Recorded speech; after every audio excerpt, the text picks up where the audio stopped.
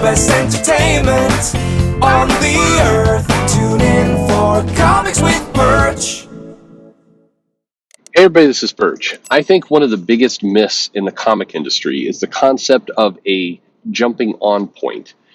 People have really misunderstood, first of all, the origin of what that meant and the reality behind it.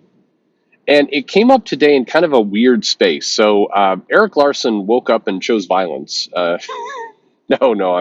I'm just kidding. But he did decide to wake up and complain about character swaps, which, yeah, I mean, it's a good way to get attention. But it's an interesting thread when you see people like Phil Jimenez come in to argue with Eric. So Eric's point, just to kind of reference it, is, but that, it really doesn't matter. You can make this point with or without him. It says, for some reason, the conventional wisdom of Marvel and DC is to have new characters assume the identities of old characters. But if I'm a fan of Iron Man, I'm absolutely not buying your shitty new Iron Man. I want it to flop so old Iron Man can return. It's that last sentence that I think has some power to it that you don't hear often. And that's the argument that when they do these changes with characters, it actually builds up almost a motivation for the readers to want their character back. It generates anger. It generates people wanting the comic to fail so it can go back to the way it was. And I think people misunderstand. They can hand wave that aside as like angry trolls. But it's not. There's a more fundamental thing at play there. You've got somebody who invested their time, energy, momentum, effort into a character, and then you're like, now it's new. You got somebody new now. Change or leave. And for people who spent years investing themselves into that character, like, no, I'd like it to go back. Just like fans of Coke, when new Coke came out, are like, I don't want this new Coke tastes terrible. Bring back the old Coke. I want this to fail. That doesn't mean they wanted the executive at Coke's to die or be murdered or just horrible, awful things that you hear about online. It's just that they invested in a product and the product changed and they liked the old product. That's not a bizarre, inhuman, toxic fanboy, whatever you want to call it, reaction. That's human nature. Now, your only solution is either to give people what they want because your new product isn't successful, or convince them the new product's not that bad. And that convincing part is hard work. You have to win them over. I mean, very directly, win them over is what you have to do. In comics, you see this odd effect where people want to make the change. They want to take an old product, make it a new product, and then they don't want to have to win you over. They expect you to win yourself over. They go, but you don't like it, well, leave, or call you a bunch of names. And the reality, it's to me, it always comes across not as toxic, not as wokeism, it comes across to me as lazy. Lazy because if you look at any product replacement, any change, whether it's Home Depot updating their logo, the example with Coke, FedEx, changing the name of Kinko's, whatever it happens to be, those companies know you have to put in the work to win them over. You have to do marketing. You have to explain why this is a good thing. You have to show that the new product is better for them. And they understand that it's going to take effort. I'd say only in comics. I'm sure there's other examples, but in comics, you see the opposite. You see we don't have to put in that effort. We don't have to win you over. Just, it's new.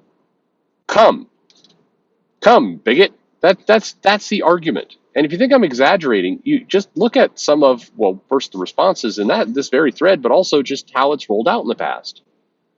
I'll give you an example in a second, but let me get back to Eric Larson for a moment. As he brings in a financial component, keep in mind this is a guy who urged inkers to not put in a lot of effort. But here he's making, again, a pretty good point that characters or creators get back in participation when they create new characters. He notes if Ed Brubaker had made the reveal of Winter Soldier a red herring and instead revealed he was Fred Johnson, he would have had participation in that character, i.e. money. Instead, he got nothing. That's a good point from the creator side. But here's where it gets interesting, because Phil Jimenez comes in and says, so you're a fan of Tony Stark or James Rhodes, depending, not just Iron Man. Yeah, it's a little bit of a sarcastic. It doesn't read that way, but you get the sense that there's this, when creators really don't like what creators are saying, but they don't want to fully toss them over the cliff. they'll do this almost passive aggressive thing where they're trying to either subtly remind them, like, hey, you need to come back to the reservation here with me, or hey, you need to out yourself as a crazy person so I can properly flame and attack you, and nobody thinks I'm the bad guy. It's a very curious bit of back and forth. But anyway, Jimenez asks Larson this, and Larson comes back with, I'm a fan of the person in the costume as much or more as I am the costume itself. If I'm reading Batman and you introduce a new Batman and kill off the old Batman, don't count on me to keep reading Batman. Okay. Anyway, it's nothing. I don't love all of what Eric Larson does and says. Quite the opposite. But he's not wrong. And there's nothing inherently hateful or evil about that statement. It's purely I get invested in a product. Product changes. I'm not going to stick around with that product. And with comics, that's the characters are products.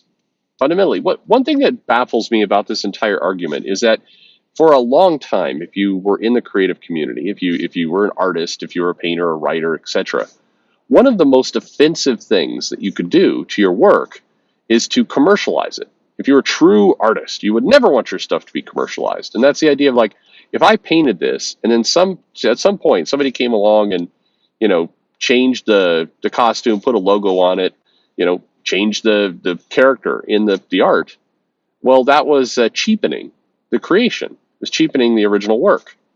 And that was considered a bad thing. And it's weird to me to see so many creators come in now and say, you should just accept these changes because, we said they were good. Diversity. That's often the one that gets held up. But like we've talked about in other videos in the past, it doesn't really do anything for diversity. Many of these attempts get canceled really early. They don't last. And so what good was that? If you wanted to introduce some diversity, stick with it. But anyway, I go. So a bunch of people, Chris Sotomayor comes in, Phil Jimenez comes back. And here's Phil Jimenez's comment that, to me, indicates the fallacy that I started this video with. And he basically is responding and saying Eric Larson would leave. If you introduced new Batman, he wouldn't keep buying it. And Jimenez said, right, and that would be a perfect jumping on point for someone like me. Different strokes for different folks and all that, winky face. The problem is, not really. It's not a jumping on point. If you look at the sales numbers, if you look at actually the stats, and I have, as you know, many of us have, it also is common sense. When they introduce these brand new, all different characters, you typically do not get a sales bump. You do not get a jumping on point for new readers. And you can try and twist it around as much as you want. Like, a bunch of people left and a bunch of new people came on. There's no actual evidence for that.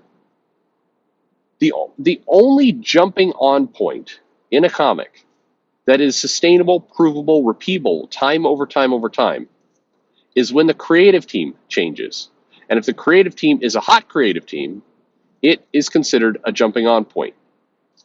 When Jim Lee came on to Batman Hush, it was a jumping on point for a lot of readers. It was not because there was a brand new arc and a story. We can all kid ourselves that that's the case, but that is not. People were not coming to that comic to say, ooh, Jeff Loeb's going to have the Joker show up in Batman again. No. They did not come on because it's like, hey, Batman's going to introduce some new kind of mummy villain called Hush. I'm talking about the bandage. Never mind. That's not why they came on either. They came on for Jim Lee. Just like they come on for Mark Silvestri when he comes onto a title. Just like when John Byrne would come onto a book, you saw a sales bump. When John Byrne came onto Fantastic Four, it was a jumping on point for a lot of readers. It, again, had nothing to do with whatever the storyline was.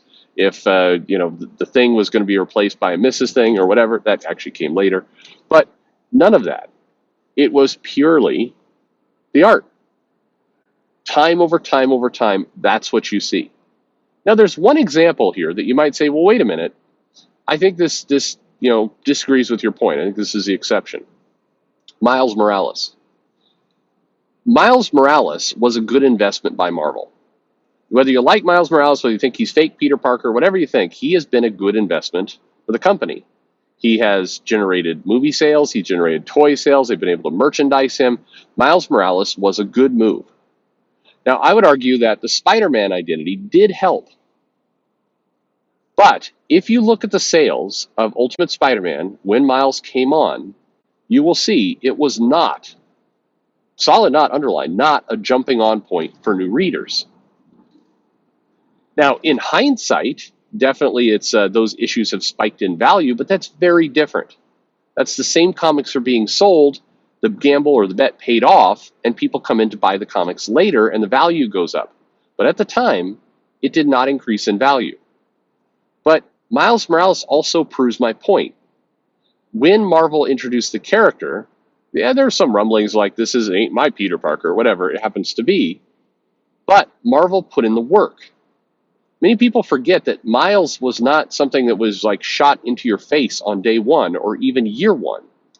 Miles was something that they built slowly, year after year, and it took a good 4 to 6 years before Miles really had critical mass. Now, they tried to jump him in a little faster with some things. When Secret Wars hit, they threw him on the Avengers, and there's moments, certainly, where Miles Morales, they were trying to introduce him bigger into the Marvel Universe. But in terms of actual growing sales, bringing in new readers, and I truly do believe that there are people who, were not former Spider-Man fans who did start reading Miles Morales because they liked the character. But if you really kind of poll these people and you ask them why they like the character, it has a lot to do with the look, has to do with the fact that it's kind of younger, he's got a different style. It's a very different approach that they're taking with him. And the Spider-Man factor does fit, but as I've done other videos, the Spider-Man name almost becomes a detriment over time. Miles is now popular. Marvel should, like they were rumored to be doing a while ago, start to maneuver what do we call him? He needs a new nickname.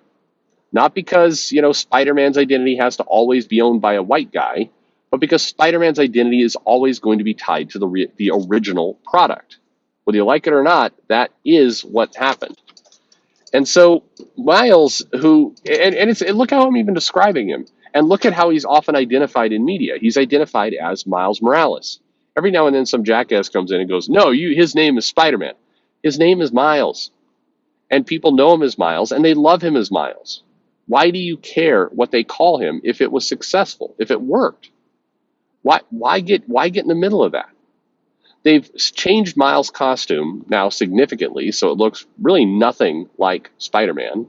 They've leaned into other parts of his powers, kind of the invisibility, the electroblast, and other parts of it. If you read his comics, Miles doesn't act, behave, or swing around or do, he does swing from building to building, but it's different from what they do with Peter. The characters have diverged significantly, and Marvel put in the work to convince people that new product was worthwhile. You compare that to, say, a Riri Williams, where the character came out, it's like, she's Iron Man now, like her, and the company and the individuals, the editor in particular, but also some of the other people involved, seemed to get really pissy when you said, I don't know why I'm supposed to like this character. It was like it or die, like it or leave. There's a really great comparison between those two, and Riri did not work. Tony Stark's back in the costume. I know they're going to do an Ironheart Disney Plus TV series at some point, potentially, but it didn't work. You look at things like Kamala Khan. Kamala is another one where Disney Plus, that show, may wind up getting her over, may wind up actually bringing that popularity into the picture. But they're going to do the hard work to sell the audience on this character. Hard work the comics didn't seem bothered or pissed to do. It's another reason, if you look at that story, if you look at that Kamala Khan Miss Marvel, the original run, the first part of it, the first several issues, G. Willow Wilson was building up a decent following for this character. It was working, and it did have a pretty good, it was not a massive audience, but it was a good, respectable audience, and it was creating value to that IP. And then you get post Secret Wars, and suddenly you've got Kamala Khan, and there's almost like there was this tension at Marvel that we have to do more with her. It's like, no, let's make her the core figure of the Avengers. No, let's take her out of the Avengers, make her the leader of the champions. I know, let's insert her into Civil War II, and let's have her run a prison. And like suddenly they blew their entire original plan. They were building along that character, nicely, slowly, but what I'll call the Miles Morales push, which does lead to value. And then it's like they flipped suddenly. And around 2016, it's like, no, you have to like her. If you don't like her, something's wrong with you. What's wrong with you? And of course, people are going to reject that. Now Kamala Khan, I've strayed from the original point. Even though she's called Miss Marvel, she was a rat. That identity wasn't really taken from anyone. I understand Carol was Miss Marvel at one point, but I mean that was vastly different. That I don't think that's anywhere close to the same as, say, a Riri Williams scenario, or what they're going to be doing with Jace Fox and Batman. And I mean, speaking of Batman, that's going to fail. It's going to fail because the original product, Bruce Wayne, is very embedded and established in people's minds. And if you truly want the Jace Fox Batman to get over, if you want to do this, you have to do the really hard work of convincing people that the new product, in this case, Jace Fox, the Black Batman, you have to convince the audience. You have to put in the hard work to convince the audience that this new product is better, or at least worth your time. Because new people do not jump in this way. There's no sales evidence to suggest that, hey, we race swap, gender swap, whatever, we threw a new character into the costume and suddenly it's perfect. That's true even for a run I love. James Rhodes as Iron Man, I liked. But the sales do not show a big jumping on point. To the contrary, what a lot of people were thinking at the time, and what you see from letters pages and other things, is that existing readers were like, hey, this is a new development that you've been building to for some time. I'm interested to see where it goes. It was not a all new, all different. It was a progression of an established storyline. Same thing can be said for Jon Stewart. I think there's two routes to doing this if you want to do it. Either you put in the really hard work, and if you're talking about Jace Fox Batman, here's one thing that would make that character sell and go over and get fans excited. Put Jim Lee on the title. I literally just say, okay, Jim Lee's doing a 2-year run on this book. He's the artist. Go. Suddenly, remarkably, that book would sell 100,000 copies. It would be a jumping on point to new readers, as Phil Jimenez suggests, but there's not many people who could pull that. Jim Lee, you could probably do that with Silvestri. Interestingly enough, I don't think that would work with Jimenez himself. He's a great artist, but if suddenly Jimenez is on the book, it would bring some attention, but it wouldn't bring that mass attention. I mean, there's not a lot of people who could pull that. So the question comes to DC. Hey, if you're serious about this and you really want to, change Batman, and you want people to come and you want this to happen, well, then you have to do the hard work. And in this case, that means getting the most mega superstar artist you can find and putting them on. Here's another way, actually, it would work. The new Batman, written by Scott Snyder, Greg Capullo. That might work. New Batman, written and drawn by Sean Murphy. That might work.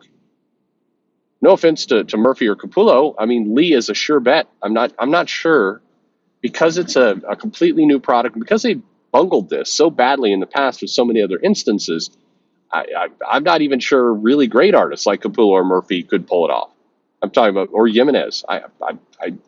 It's not clear. You would have to make a massive splash to have this happen. But again, that takes money and it takes work. And to date, there's been no evidence that the companies are interested in doing that. And so, look, this is a self-fulfilling prophecy. I go back to what I said at the very beginning. If you want to make a change, you're the owner of the product, you're certainly welcome to do so. But what you don't get by automatically is a bunch of fans, a bunch of customers following along with your plan. You have to convince them. It's that simple. And when you do that, and when you put in the work, oftentimes you're successful. If you try and shortcut it by basically trying to shame your customers into liking what you have, it's going to fail. Anyway, new products, old products, fun times.